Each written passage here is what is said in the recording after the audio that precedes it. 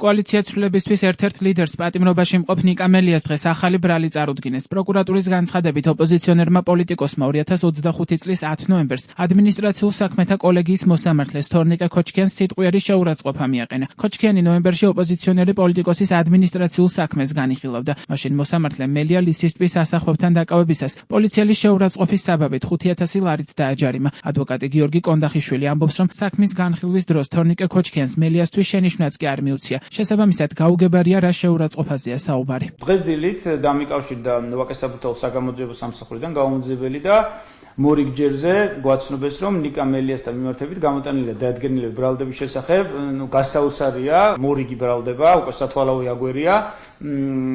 საქმე შეეხება კვლავ მოსამართლის შეურაცხყოფის ეპიზოდს, რომელიც თითქოს და მოხდა რამოდენიმე თვის წინ გაზაფხულზე ჩატარებული ადმინისტრაციული სამართალდაღობის საქმეზე მოსამართლე ქოჩქიანთან მიმართებით. აბსოლუტურად გაუგებარია, ჩვენ ყველანი ვესწრებოდით აღნიშნულ პროცესს, იქ მსგავსი არავითარი ინციდენტი ნიკა მელიას მხრიდან ყოველ შემთხვევაში მე არ დამიფიქსირებია. ახალი ბრალით ოპოზიციონერ პოლიტიკოს მოსამართლის შეურაცხყოფით სასამართლოს უპატივცემულობას ედავებიან, რაც სასჯელის სახით ჯარიმას გამასწორებელ სამუშაოსან და 2 წლამდე ვადით თავისუფლების აღკვეთას ითვალისწინებს. ადვოკატ გიორგი კონდახიშვილის თქმით, მელიასთვის ახალი ბრალი არასერიოზულია და ის სასამართლოს ხდომებზე გამოცხადებას არ აპირებს. კოალიცია ცვლილებისთვის ლიდერს ამ ეტაპზე ორი განაჩენით აქვს თავისუფლება აღკვეთილი. მას წელიწადნახევრიანი პატიმრობა მიესაჯა მოსამართლისთვის წყლის შესხმის საქმეზე და 5 თვე წულუკიანის კომისიაზე გამოუცხადებლობის გამო. გარდა ამისა, მელიას ბრალი ედება ეგრეთ წოდებულ საბოტაჟის საქმეზეც. იგი არის მხნედ, მას აქვს ძალიან დიდი გეგმები მომავალ პოლიტიკურ მოღვაწეობასთან დაკავშირებით და იგი არათუ ვერ გატეხეს.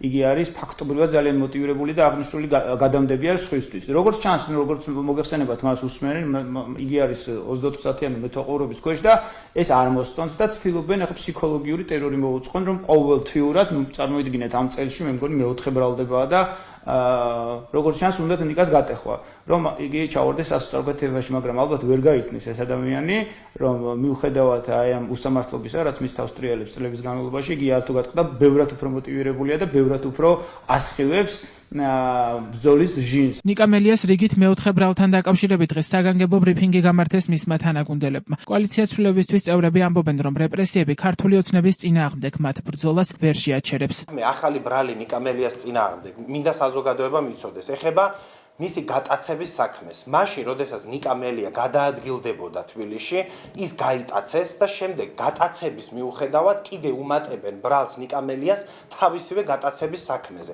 და ერთადერთი ამბავი სინამდვილეში, რატომაც ამას აკეთებენ, არის პირადად ნიკა მელიას წინააღმდეგ ირაკლი კობახიძის შურისძიება ერთი მხრივ და მეორე მხრივ რეჟიმის გაცხადებული პოლიტიკა იმის შესახებ, რომ უნდა გატეხოს ადამიანები, უნდა გატეხოს პროტესტი, უნდა დაასრულოს წინააღმდეგობა ამ ქვეყანაში. გამორიცხულია ჩვენ კოალიცია ცვლილებისთვის. ჩვენი რომელიმე ლიდერი ამ ბრძოლაში შეეგუოს იმ უსამართლობას განსაკუთრებით იმ ბრალში, რასაც უსამართლოს სასამართლოსთვის თითქოს შეურაცხყოფის მიყენება ქვია.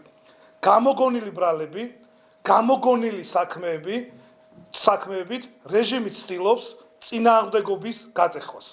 ჩვენ არ ვაღიარებთ ქართულ ოცნებას როგორც საქართველოს ხელისუფლებას.